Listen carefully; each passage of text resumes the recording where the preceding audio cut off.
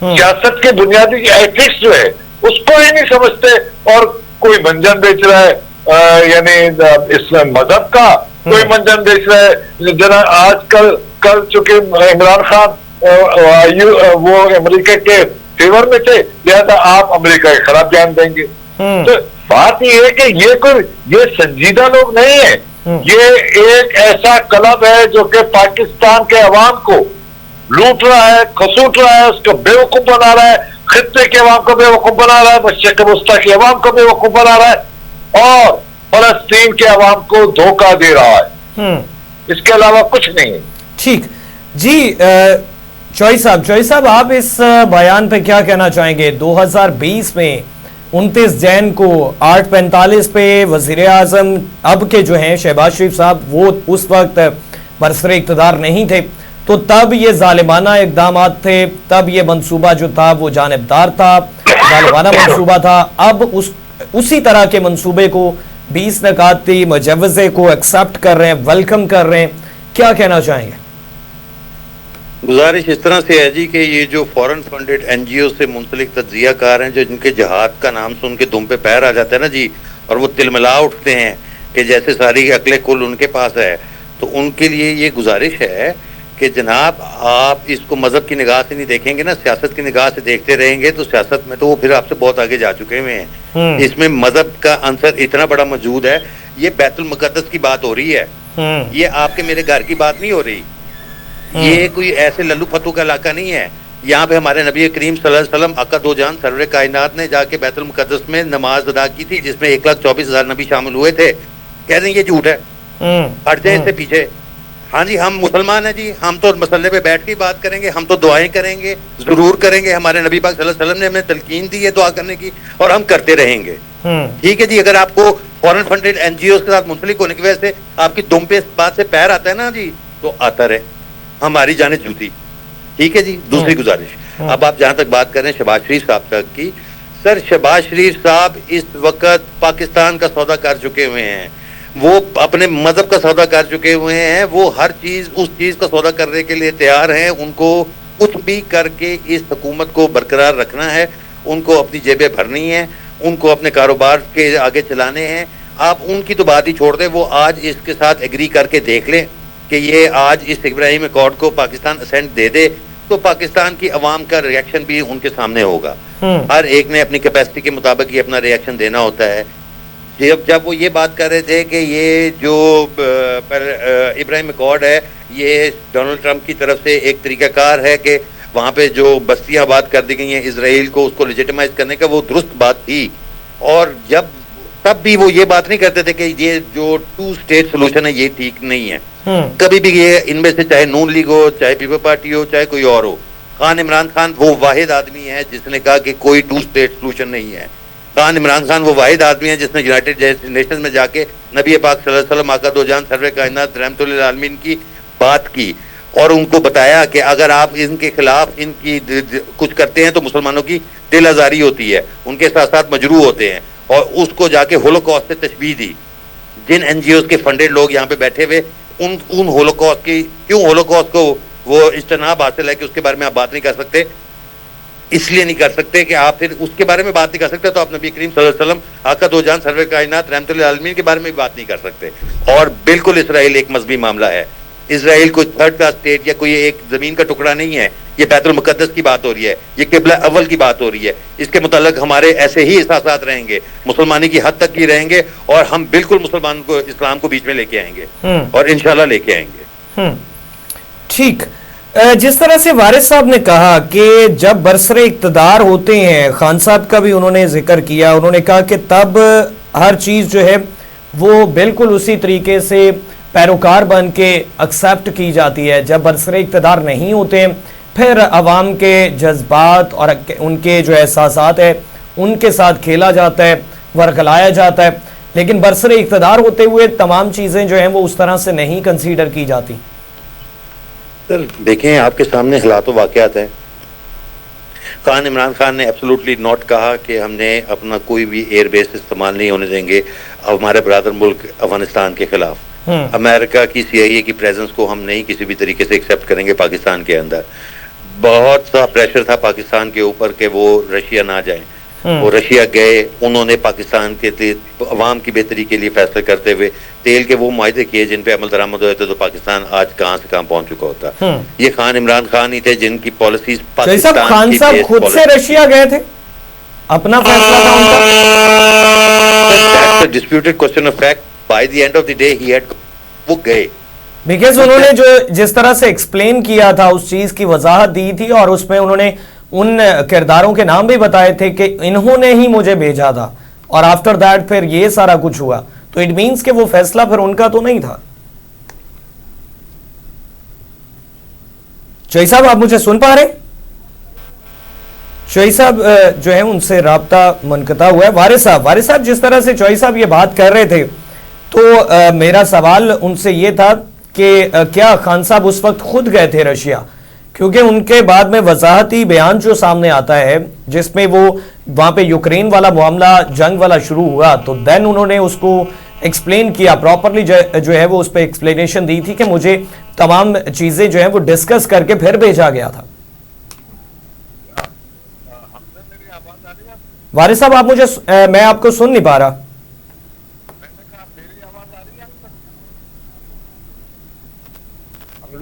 جی جی آ رہی ہے, جی وارث صاحب آ رہی ہے, آواز آ رہی ہے؟ جی جی آ رہی ہے.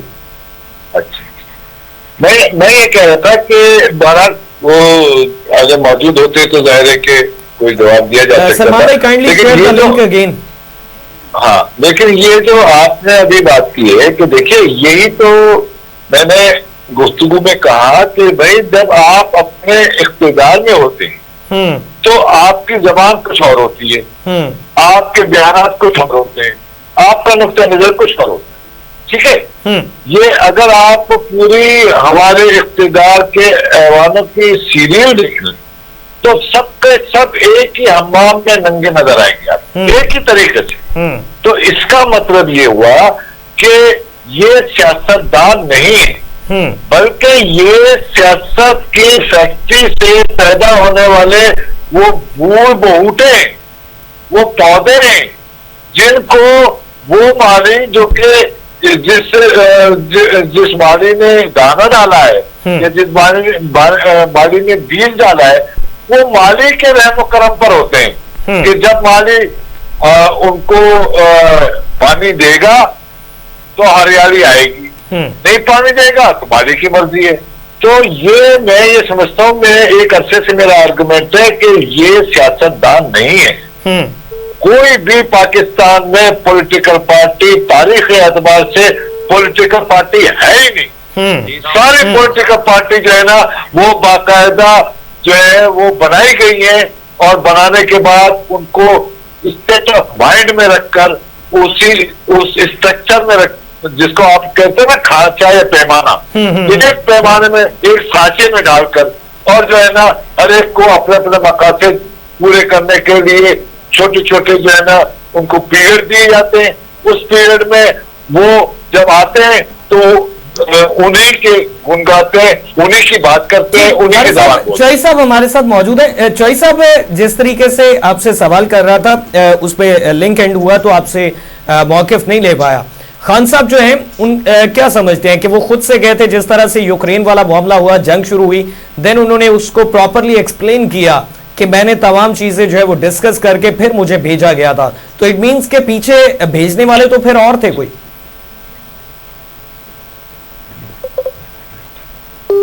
جی چوئی صاحب گزارش کی نا کہ by the end of the day اس میں ان کی کنسنٹ شامل. جی جی آواز آ رہی ہے؟ جی جی آ رہی ہے. جی بڑی صاحب آواز آ رہی ہے آپ؟ جی چوئی صاحب آ رہی ہے, کنٹینیو کریے. میں نے کہا by the end of the day he had gone. وہ گئے وہاں پہ, جس وقت گئے تو ان کی میں پاکستان کی بہتری کے فیصلے ان کو نظر آ رہے تھے, جو چیزیں آن دی ٹیبل تھیں. ایک رشیا جانا یا نہ جانا یہ اس وقت ٹاپک آف ڈسکشن.